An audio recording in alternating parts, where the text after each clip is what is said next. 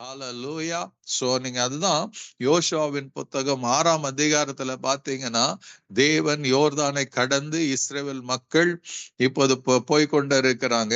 போய்கொண்டிருக்கிற வேளையில 6ஆம் அதிகாரத்துல வரும்போது எரிகோ அவர்களுக்கு முன்னாடி இருக்கிறது. எரிகோ மதில்கள் முன்னாக இருக்கிறது. நீங்க 6ஆம் அதிகாரம் முதல் வசனத்துல பார்க்கும்போது, எரிகோ இஸ்ரவேல் புத்திரருக்கு முன்பாக அடைக்கப்பட்டு இருந்தது. ஒருவரும் வெளியே போகவும் இல்லை, ஒருவரும் உள்ளே வரவும் இல்லை. கர்த்தர் யோசுவாவை நோக்கி, இதோ எரிகோவையும் அதன் ராஜாவையும் யுத்த வீரர்களையும் உன் கையில் ஒப்பு கொடுத்தேன். யுத்த புருஷராகிய நீங்கள் அனைவரும் பட்டணத்தை சூழ்ந்து ஒரு தரம் சுற்றி வாருங்கள். அப்படி 6 நாள் செய்யுங்கள் கடவீர்கள். 7 ஆசாரியர் பெட்டிக்கு முன்பாக 7 கொம்பு எக்காலங்களை பிடித்து கொண்டு போக வேண்டும். 7ஆம் நாளில பட்டணத்தை 7 தரம் சுற்றி வர கடவர்கள். ஆசாரியர் எக்காலங்களை ஊத வேண்டும். அவர்கள் அந்த கொம்பினால் நெடுதொனி இடும்போது நீங்கள் எக்கால சத்தத்தை கேட்கும் போது ஜனங்கள் எல்லாரும் மகா ஆரவாரத்தோடு ஆர்ப்பரிக்க கடவர்கள். அப்பொழுது பட்டணத்தின் ஆழங்கம் இடிந்து விழும். உடனே ஜனங்கள் அவரை தங்களுக்கு நேராக ஏற கடவர்கள் என்றார். ஹல்லேலூயா. சோ இந்த ஒரு தேவன் என்ன பண்றாருங்க, ஒரு ஸ்ட்ராட்டஜிய இஸ்ரவேல் மக்களுக்கு கொடுக்கிறார். யோசுவாவின் வழியாக ஒரு ஸ்ட்ராட்டஜியை கர்த்தர் கொடுக்கிறார். இங்க வேதம் ஆரம்பிக்கும் போது 6ஆம் அதிகாரத்துல எரிகோ எப்படி இருக்குதுங்க, இஸ்ரவேல் புத்திரருக்கு முன்பாக அடைக்கப்பட்டு இருந்தது. It was closed. It was closed. So எரிகோக்குள்ள போகணும்னா it was not an ordinary thing. எரிகோவை சுற்றி ஒரு பலத்தை எப்படி இருந்துச்சுங்க, ஒரு சுவர் இருந்தது. It was so big and so huge. ஒரு எதிரி உள்ள நுழைனா இட் வாஸ் நாட் ஈஸி. எதிரிகள் வந்து தாக்கும் போதே இந்த எரிகோல இருக்கிற யுத்த வீரர்கள் என்ன பண்ணுவாங்க, இந்த எரிகோ மதில்கள் மேலிருந்து எதிரிகளை தாக்குவார்கள். அம்பு எய்து பல விதங்களில தாக்கி அவர்கள் கொன்று விடுவார்கள். ஏன்னா இவர்கள் கீழே இருந்து அந்த அம்புகளை எய்வதற்கும் மேலே இருந்து வில்லையும் அம்பையும் எய்வதற்கும் நிறைய வித்தியாசம் இருக்கும். That was the strategy that எரிகோ உடைய ராஜாவும் எரிகோவுடைய யுத்த வீரர்களும் பயன்படுத்தினாங்க. இப்ப கர்த்தர் என்ன சொல்றாரு, ஹல்லேலூயா, இப்படியாட்ட ஒரு சூழ்நிலையில இருக்கும் போது தேவன் சொல்லுகிற ஒரு காரியத்தை பாருங்க. 2ஆம் வசனத்துல அடைக்கப்பட்டு இருக்கிற நேரத்துல தேவன் என்ன பண்றாரு, எல்லாம் பார்த்து பிரமித்து கொண்டு இருக்கிறாங்க. யோசித்து பாருங்க, நீங்க போக வேண்டிய பாதைக்கு போகிறீங்க. சடன் ஆரம்பத்துல சொன்னபடி பிளாக்கேஜஸ் எல்லாம் பிளாக்கேஜ் இருக்குத பார்த்த மாத்திரத்துல என்ன ஆகுங்க, நமக்கு பிரமிப்பு வரும், நமக்கு கோபம் வரும், நமக்கு ஒரு தடுமாற்றம் வரும். என்ன இப்படி நடந்துருச்சேன்னு யோசிப்போம்.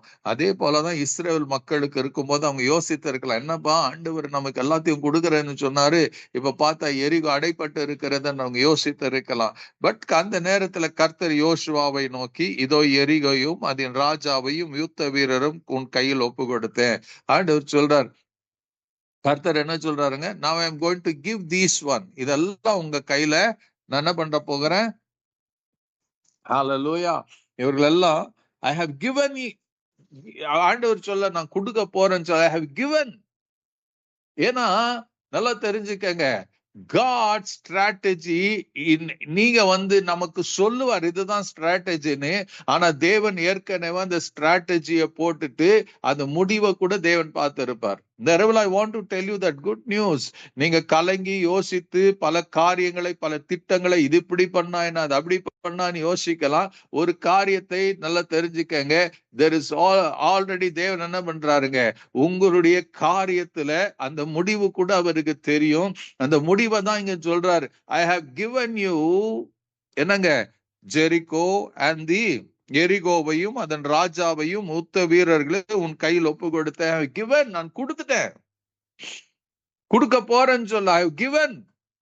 ஆனா இன்னும் என்ன நடக்கலங்க, யோசுவா அது எரிகோ பட்டணம் எரிகோ மதில்கள் விழல, எரிகோன் ராஜா கொல்லப்படல, எரிகோன்னு யுத்த வீரர்கள் எல்லாம் அப்படிதான் இருக்கிறாங்க. நத்திங் ஹஸ், ஒரு அசைவும் ஏற்படல, ஒரு மாற்றமும் வரல.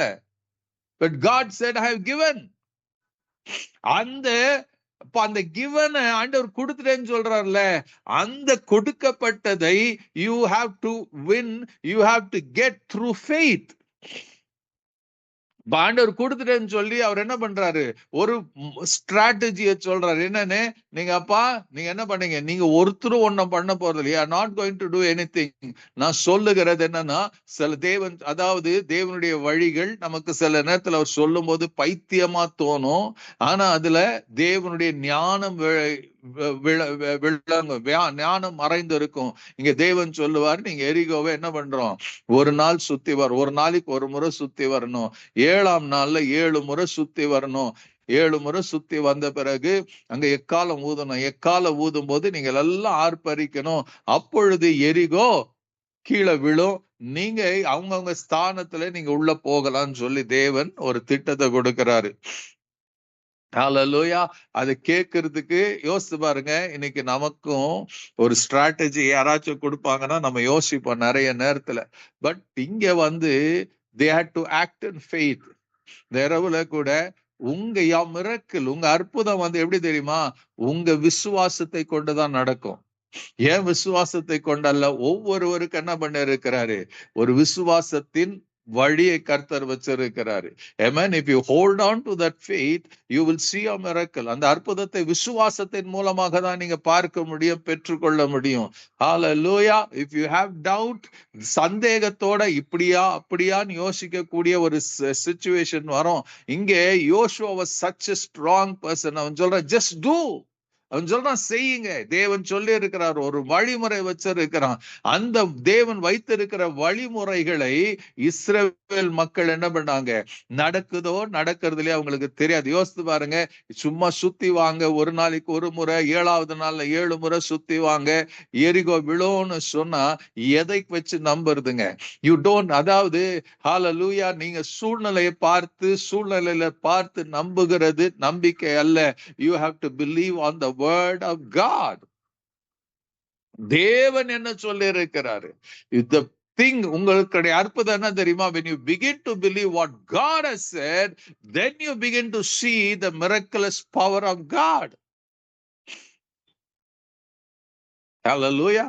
அப்பதான் அற்புதத்தின் மகிமை பார்க்க முடியும்.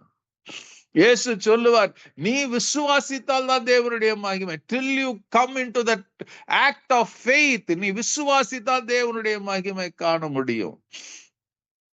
ஹல்லேலூயா. உன் விசுவாசம் உன்னை ரட்சித்தது. நீ விசுவாசிக்க கூடுமானால் அது நடக்கும். பயப்படாதே, நம்பி விசுவாசம் உள்ளவனாயிரு. ஹல்லேலூயா. where is your faith? இப்படி இயேசு பூமியில இருக்கும் போது அநேக தரம் கேட்டு இருக்கிறாரு. ஹல்லேலூயா.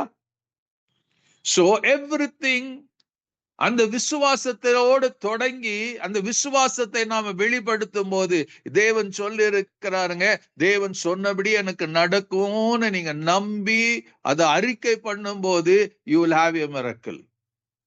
Amen. Hallelujah. அது it's between you and God, it's between me and God. நான் எதை நம்புறேன், எதை அக்செப்ட் பண்றேன், அதை நான் என்ன பண்றேன், அறிக்கை பண்றேன், எப்படி நான் ஏற்றுக்கொள்ளுகிறேன், அந்த அளவுக்கு தான் என்னுடைய வாழ்க்கையில அற்புதம் நடக்கும். இங்க அதுதான் நடக்குதுங்க.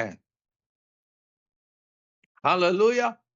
இங்க அப்படிதான் நடக்குது. இயேசு தேவன் சொல்லிட்டார், this is the way, என்னுடைய வழி இதுதான்ப்பா.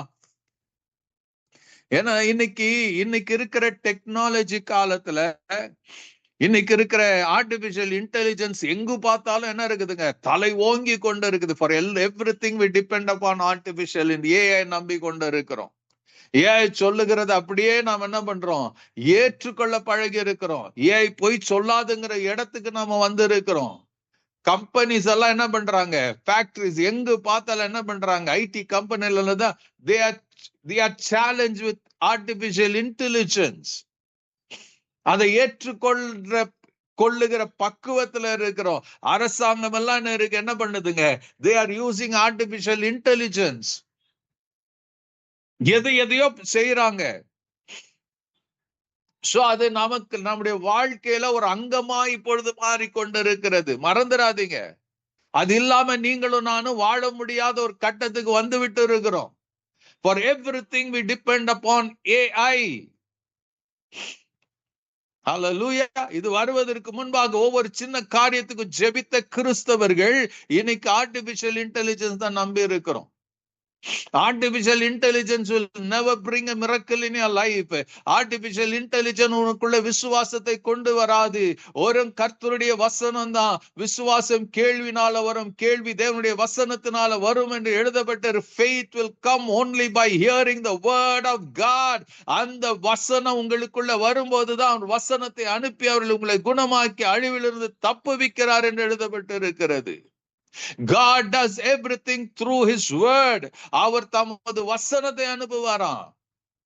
வசனத்தை அனுப்பும் போது அது எதற்காக, எந்த நோக்கத்துக்காக அனுப்புகிறாரோ அந்த நோக்கத்தை நிறைவேற்றாம அது வெறுமையாய் அவரிடத்துல திரும்பாது என்று எழுதப்பட்டு இருக்கிறது. Amen.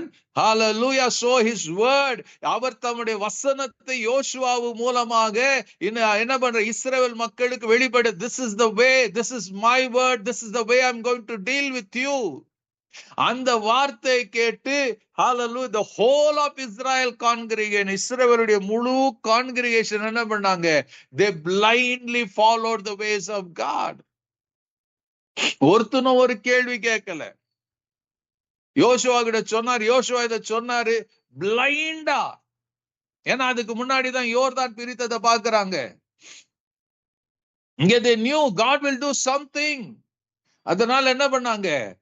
They began to believe and do accordingly. Blind கண்மூடிதனமா கர்த்தருடைய வார்த்தை செய்றாங்க. ஏன்னா நல்லா யோசித்து பாருங்க, God ஏற்கனவே உங்களுக்கு ஏதோ ஒரு வழியில அற்புதங்களை செய்த, அது எதுக்கு தெரியுமா? அடுத்து அற்புதம் செய்யறதுக்கு ஒரு நம்பிக்கை ஊட்டுவிக்கிற ஒரு வழிதான் அது. நேத்தைக்கு ஒரு அற்புதத்தை தேவன் செய்தாருங்க.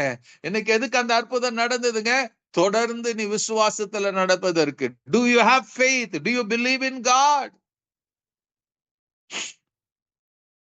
Hallelujah. God doesn't believe. தேவன் என்ன பண்றாரு? உங்ககிட்ட ஸ்ட்ராட்டஜி கேட்கறது இல்ல. நீங்க உங்ககிட்ட நீங்க ஆலோசனை கேட்கல. He says, this is my word, this is the way I do. God is still seated on the throne. அவர் மரித்து போகலங்க, மரித்தும் உயிரோடு எழுந்தவர் தான் இருக்கிறாரு. 2-3 பேர் கூடுகிற நடுவுல இருக்கிறேன் என்று சொன்னவர் ஏதோ எப்பயோ இல்லைங்க. when you begin to pray as குடும்பமா நீங்க பேசும்போது உங்க நடுவுல இருக்கிறாரு. when you see God, அவர் உங்க நடுவில், அவர் தேடுகிறவர்களை கண்டடைவீர்கள் என்று வேதம் நமக்கு கற்றுக் கொடுக்கிறது. so God, தேவன் உங்க ஒவ்வொருவருக்கும் எனக்கும் உங்களுக்கும் தேவன் வழிகளையும் திட்டங்களையும் வைத்திருக்கிறாரு. but only thing is that when you pray, நீங்க ஜெபிக்கும் போது, நீங்க கேட்கும் போது கர்த்தர் வெளிப்படுத்துவார். வெளிப்படுத்தின வார்த்தைகளை விசுவாசத்தோட எடுத்துக்கொண்டு முன்ன போவீங்களா? இதுதான் கேள்வி. இஸ்ரவேல் மக்கள் போனாங்க. ஹல்லேலூயா.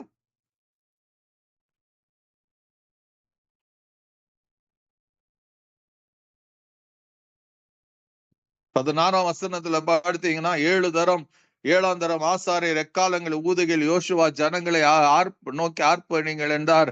பட்டணத்தை கர்த்தர் உங்களுக்கு ஒப்பு கொடுத்தார்.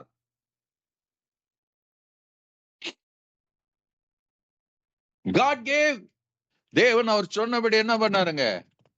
பட்டணத்தை, யுத்த வீரர்களை, ராஜாவை தேவன் சொன்னபடி, because they followed தேவனுடைய வழிமுறைகளை அவ்வளோ ஸ்ட்ரிக்டா ஃபாலோ பண்ணதுனால இட் ஹேப்பன்ட். ஒரு இஸ்ரவேல் மக்கள் ஒன்னும் செய்யாம ஜஸ்ட் எரிகோவை சுற்றி வந்து ஜெயித்தார்கள். so the same strategy இன்னைக்கு கர்த்தர் உங்களுக்கு எனக்கு வச்சிருக்கிறாரு. pray, listen, believe, act. pray, listen, believe and act. ஜெபிங்க, கேளுங்க, hallelujah, கீழ்ப்படிங்க, ஆக்ட் பண்ணுங்க, அதன்படி செய்யுங்க. your miracle is already there. hallelujah. so கர்த்தர் உங்களை மறக்கல, உங்களுக்கு வேண்டிய அற்புதத்தை உங்களுக்கு செய்கிறவரா இருக்கிறாரு. hallelujah.